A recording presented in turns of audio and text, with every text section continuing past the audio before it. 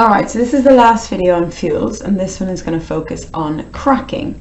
So we use cracking because the short hydrocarbons, so the hydrocarbons you might find in gases and petrol and diesel, they're in high demand, so we need a lot of them, but they're in short supply. We don't have enough. So we don't have enough short supply to meet the number that we need because they're so useful. So what we do is we take long hydrocarbons and we break them or crack them to produce more of the short hydrocarbons. So I've drawn here a kind of a relatively long, it's not actually that long, but seven carbon chain. I've got 7 carbons in a row. You can see that there's only single bonds, so I can say this hydrocarbon is saturated. If I count them up, I've got 7 carbons and 16 hydrogens, so this is an alkane. I've got double the amount of hydrogens plus 2. If I want to crack this, I'm going to need high temperatures and a catalyst. And when I crack it, the chain is going to break. Now it can break in multiple places, so there's not one set place it's going to break. But for this, I've broken it here. So I've now got 5 carbons on one side and 2 on the other side. So there it's broken with 5 on one and 2 on the other. Now, I'm not adding any extra hydrogens to this. So I've only got 16 hydrogens to play with, and I'm going to start filling them in. Remember, each carbon needs to have 4 bonds around it. So I'm going to put 3 on this one at the ends, then 2, 2, 2, and 3. So every carbon has 4 bonds. This gives me 5 carbons in total, and if you count them up, you'll see I've got 12 hydrogens. Now, if I've already used 12 hydrogens and I had 16 to begin with, then I've only got 4 hydrogens left. And if I want to give each of these carbons 4 bonds, and all of those bonds are single, I would need 6 hydrogens. I don't have 6, I've only got 4. So what I will do with my 4 is I'll spread them out evenly. I'll put 2 on this carbon, I'll put 2 on this carbon. Okay, that's all of my hydrogens drawn, that's all 16, but we can see that these carbons have 3 bonds, they need 4, so what I'm going to need to do is put a double bond between the 2 carbon atoms. So this now is C2H4. If I add these 2 molecules together, 5 and 2 is 7, that's what I started with, 12 and 4 is 16, 16 is what I started with. So when you break a long hydrocarbon, you'll end up forming an alkane and an alkene. Okay, you do form both an alkane and an alkene. But overall, the number of carbons and hydrogens has to be the same. So if we have a look at what this might appear like in the exam. Alright, so they've given me a graph here showing me the amount versus the demand. So if the grey box is higher than the white box, it shows me that I've got more of the fraction than what I need. So fuel oil here, I've got loads of it and I don't actually need that much. And bitumen here as well, the grey is higher than the white, which means I've got more than I need.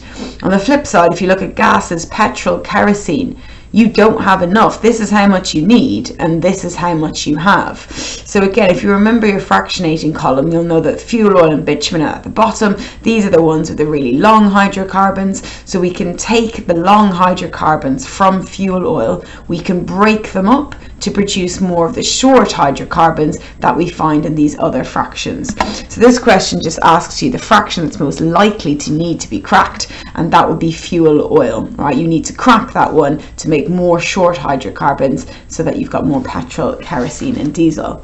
The other question they tend to ask is just getting you to balance an equation. So we saw when I drew it out that you have to start and end with the same number of carbons and hydrogens. So this one here, I can see I've got 12 carbons on the left. You're making 3 molecules of C2H4. So you've got 3 multiplied by 2, you've got 6 carbons in total. If I've got 12 on the left and I currently only have 6 on the right, then that means my next molecule must also have 6 carbons. I've got 26 hydrogens. At the moment, I've got 3 multiplied by 4. I've got 12 hydrogens. I need to end up with 26. So it's going to be 26 minus 12 gives me 14. So again, what I formed is I formed an alkane. I know because I've got double the number of hydrogens plus 2, and I formed 3 small alkenes. I know because the hydrogen number is exactly double the carbon number.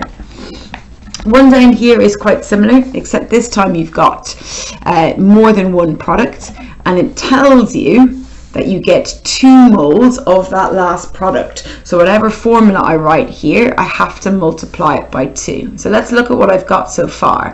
I had 15 carbons to begin with. I formed a molecule with 8 carbons and a molecule with 3. So if I add those up together, I've got 11 carbons in total.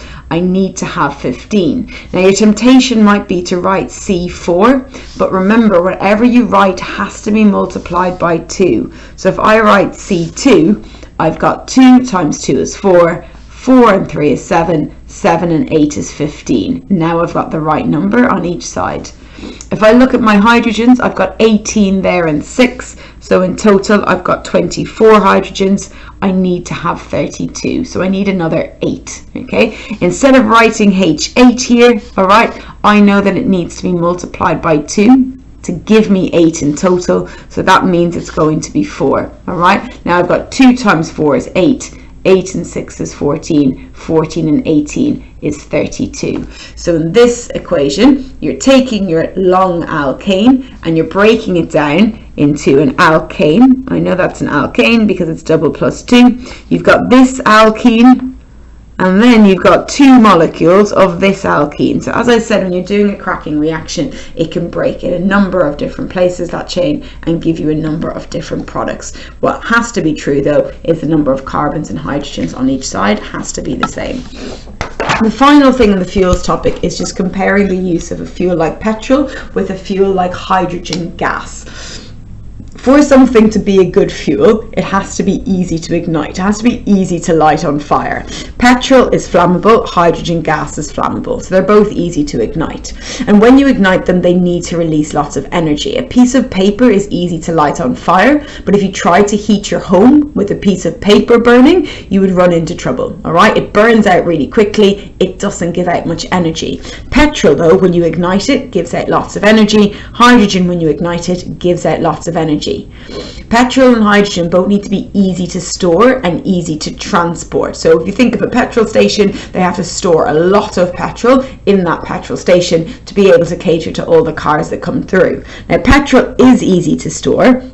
Petrol is a liquid, but hydrogen is difficult to store, and that's because it's a gas. If you just think of your particle diagrams, the particles in a gas are much further apart, so gases take up much more space. And if you wanted to push those gas particles closer apart, just so they take up less space, you have to use very high pressure to compress the gas particles, and a gas stored under high pressure could explode.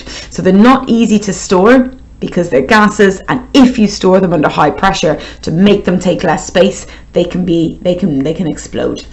In terms of convenient, petrol's convenient. We've got petrol stations all over the country. You don't just have to be in London to find petrol. All over the country you will find petrol in petrol stations. Hydrogen, not so much. There are some filling stations that will source hydrogen. A lot of them don't, especially if you go out of the major cities. You drove down the country, you might struggle to be able to find hydrogen to refuel your car.